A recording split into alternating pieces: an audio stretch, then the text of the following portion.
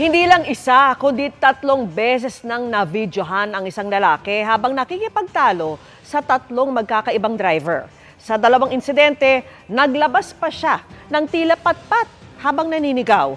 Ang aksyon dyan ng LTO, alamin po sa pagtutok ni Katrina Son. Nagana din siya. Tila eksena sa pelikula ang video na ito na kumalat online nitong unang linggo ng Enero. Humaharurot ang isang kotse sa isang kalsada sa Quezon City. Maya-maya, huminto sa harap ng sasakyan nang kumukuha ng video. At bumaba ang isang lalaking nakaasul. Ano problema mo, boss? Ano nga? Sabihin mo. Baba ka kaya.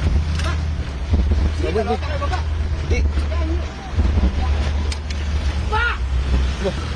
Ginit-git ka ba? Umiwas na nga ako eh. Hindi pa rin bumababa ng sasakyan ang hinahamon ng lalaking nakaasul at umalis na lang sa lugar. Ang registered owner ng kotseng sangkot, inisyuhan ng LTO ng show cause order dahil sa naturang insidente.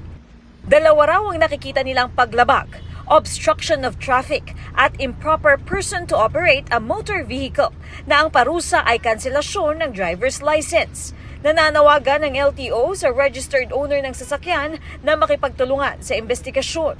Kung hindi, mapipilitan daw ang LTO na magdesisyon sa kaso batay sa ebidensyang mayroon sila. Sa January 17 siya nakaschedule na humarap sa LTO.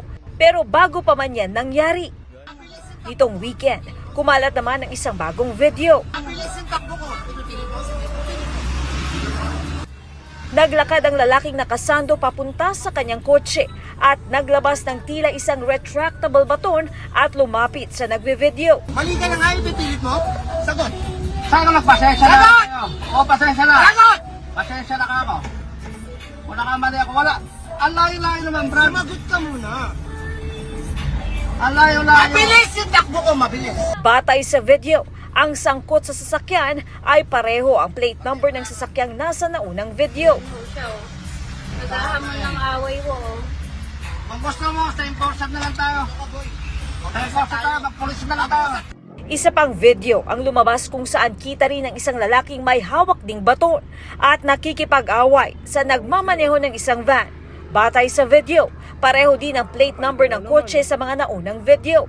Patuloy naming inaalam sa LTO kung iisang lalaki lang ang sangkot sa 3 insidente pero wala pa silang pahayag. Nauna namang nagpaalala sa mga motorista ang LTO na manatiling kalmado habang nasa kalsada. Para sa GMA Integrated News, Katrina Son, nakatutok 24 oras.